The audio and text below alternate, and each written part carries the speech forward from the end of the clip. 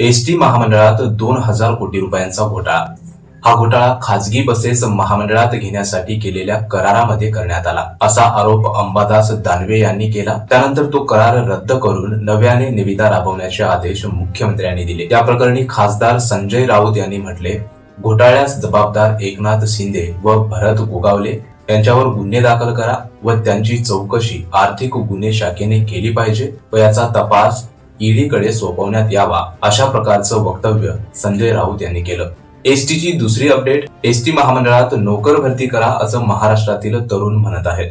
शिक्षण घेऊन काय फायदा जर भरतीच वेळेवर निघत नसेल. परिवहन मंत्री प्रताप सरनाईक व मुख्यमंत्री देवेंद्र फडणवीस यांनी महाराष्ट्रातील तरुणांना एसटी महामंडळामध्ये नोकरी करण्याची संधी द्यावी, अशी अपेक्षा महाराष्ट्रातील तरुण व्यक्त करत आहेत. गेल्या 7 ते 8 वर्षांपासून एसटी मध्ये सरळ सेवा भरती निघालेली नाही. खरं तर एसटी महामंडळातील कर्मचाऱ्यांची संख्या मोठ्या प्रमाणात कमी झाली.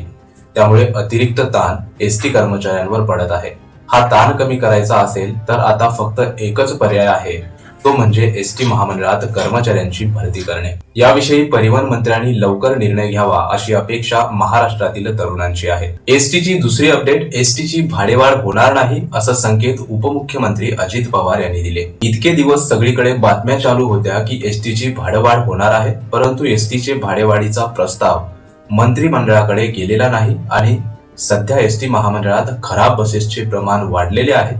हे अगोदर व्यवस्थित करून भाडेवाढीवर आम्ही चर्चा करू, असं अजित पवारांनी म्हटलं. म्हणजेच भाडेवाढ होण्याचे संकेत सध्या दिसत नाहीत. मित्रांनो, एसटी महामंडळाच्या या घडामोडींबद्दल तुम्हाला काय वाटते, कमेंट बॉक्स मध्ये आपले मत नक्की कळवा. चॅनलवर नवीन असाल तर चॅनलला सबस्क्राईब करा. धन्यवाद.